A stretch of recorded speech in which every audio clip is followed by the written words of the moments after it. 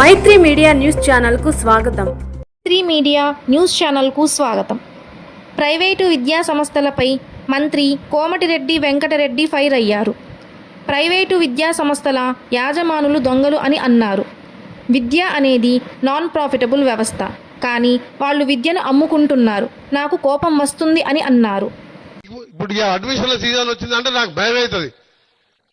పోయొచ్చిన sir నారాయణకు ఈ బ్రాంచ్కు చైతన్యకు ఎంత రానంటే 3 లక్షలు అన్నాడు. అది ఉండేదే 2. ఆయనకు తెలుసు ఇట్లా కోమటంటే మనసులో అనగానే 3 బాగుంటాడు. మనం ఫోన్ చేయగానే సార్ మంచిది సార్ 2కి ఇస్తా అంటాడు. అసలు 2 లక్షలు దాని ఫీజు, చెప్పుడు 3 చెప్తాడు. ఎంత దొంగలంటే వాళ్ళ గురించి ఎంత తక్కువ మారుతుంది అంత మంచిది. నాకు కోపం వస్తుంది.